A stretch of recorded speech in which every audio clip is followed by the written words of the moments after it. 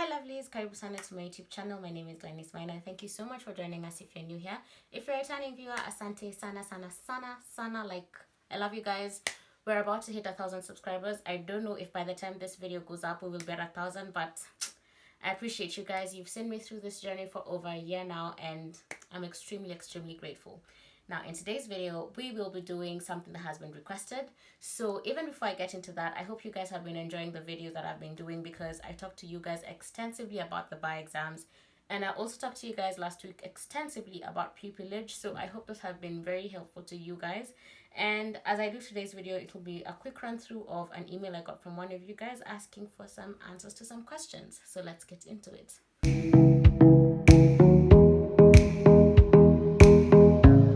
So I've pulled up my computer. In case you see me looking down, please know I'm just looking at my computer to access the questions. And the email I got is from Purity Mungai, and Purity is a fourth year student at Kenyatta University School of Law. And she says that she's been watching my videos. Thank you. And she has a couple of questions for me. So the first question is, the 145,000 fee payment, is it made once or is it divided into terms? Now, just to give you a background of where this question is coming from, when you join the Kenya School of Law after law school, the fee is 145,000 to cover your Kenya School of Law tuition, and then you pay 45,000 to the Council of Legal Education to do your bar exam. So just to give you a background of where this comes from, I have pulled up my admission letter and I'll just read it verbatim so that you can understand how they cut down the payments.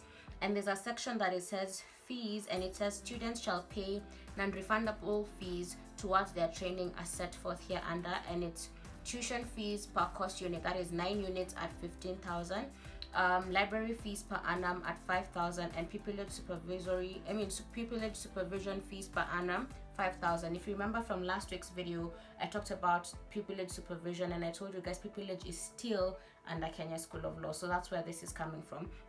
And the total is 145,000. And then it says NB bar examination fees are paid separately, details of which shall be communicated to candidates by the Council of Legal Education.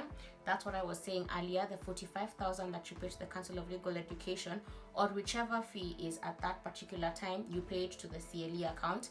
And I told you guys this in the bar exams video, so just go and watch that and you'll be able to understand what I'm talking about.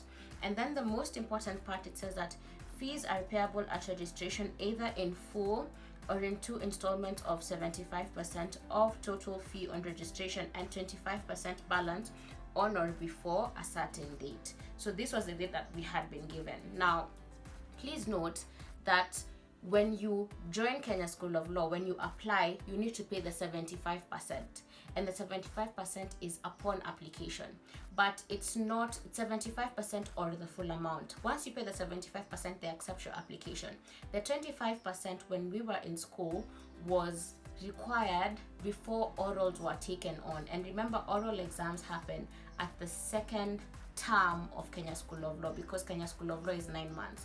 So you go through the first 3 months, then the second 3 months, then the last 3 months. So the second 3 months, as you close that, you do the oral exams. So that's when you're expected to have cleared your fee. So I hope I've answered your question. The second question says, you don't mention the living situation while studying at KSL, and I was wondering if you would advise me on the options I have. The reason why I may not talk extensively about the living situation is, I think I've mentioned it in a video previously. One, I did not move out for Kenya School of Law. While I was in law school at JKUAT, I did live at the school hostels, which were called St. Francis, and they're Catholic hostels, and they are just outside JKUAT. That could be a living option for you.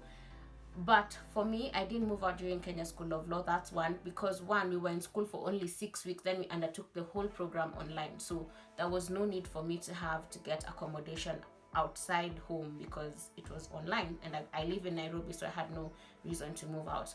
But just to give you an idea of what usually happens is, there are a lot of hostels in Karen. I've given you where I used to live during my undergrad. That was St. Francis Hostel. It's a Catholic hostel. There's also another hostel my friends used to stay at called Lale. But at Kenya School of Law, they also have accommodation, but it's very limited. So if that's an option that you would want, please go very early. Like, be among the first people to go there and to apply and to request to get a hostel in the school. Also, a lot of people live in Rongai because Rongai, it's very affordable. It's not hostels. You can just go and hunt for an apartment. But as I said, I'm not a big authority on this because I didn't live outside. While I was in law school, I lived in hostels, and what I know is a lot of people live in Rongai or in those hostels in Karen. The third question is, I know about the dress code at KSL, and I was wondering if you could maybe give a few tips on what is acceptable. So I have done a video on dressing professionally. I also have a video that I will come after this one where I take you guys through picking out my outfits for the week.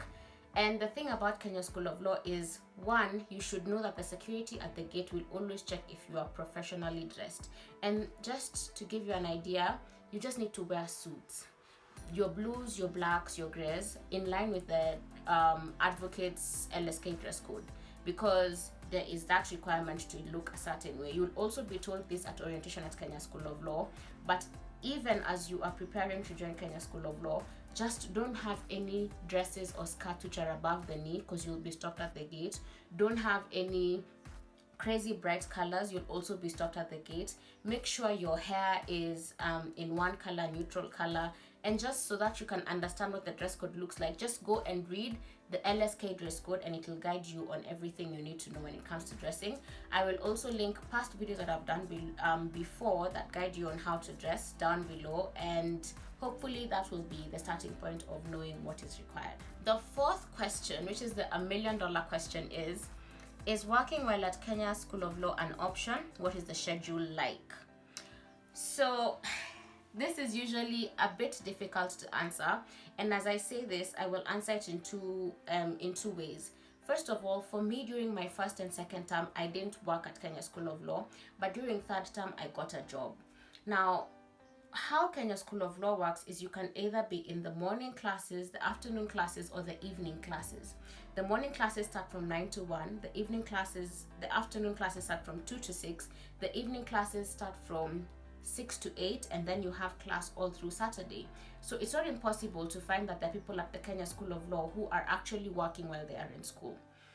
People usually advise that when you're at Kenya School of Law, just focus on Kenya School of Law and finish it because it's very intense. That is a very good recommendation, so that you just get time to focus. But there are people who are not necessarily going to have someone pay their fees, so they need to work in order to make their fees. The people who are at Kenya School of Law who have families and cannot just stop working and focus on Kenya School of Law. So is it possible to work while you're at Kenya School of Law? Yes. But from my experience of working while at Kenya School of Law, one advantage I had is we were fully online, meaning I didn't have to commute to school and then commute to work. I just needed to attend my classes and then go to work in the afternoon. And I had a very good employer who was very considerate of the fact that I was at Kenya School of Law and would allow me to work remotely on some days and report to the office on some days. So it's how you negotiate with your employer. Can you do it? Yes. But please be aware that it now takes another level of discipline to be able to work and to focus on Kenya School of Law, because as I've told you guys, in Kenya School of Law, you blink, 3 months are over. So just have the level of discipline and commitment that you need if you're going to work at Kenya School of Law. If it's not a must, if you have someone paying your fees and someone covering your accommodation, just focus on Kenya School of Law. Finish it at once. Try and pass all your exams in one go, and then you can go back to work. That is it for this video. Thank you so much, Purity Mungai, for reaching out. I wish you the very best in your final year of law school, and as you join Kenya School of Law, I hope this has been helpful. Please guys, if you have any questions you'd like me to answer and do a similar video like this, send them to my email on info@glynisminor.co.ke. You can also reach out to me on my Instagram. I would be very happy to answer any of your questions, and we will keep growing and glowing together. Don't forget to be kind to one another and also to yourself. Please subscribe to this channel, send this video to someone who might need it, and we will see you in the next one. Bye.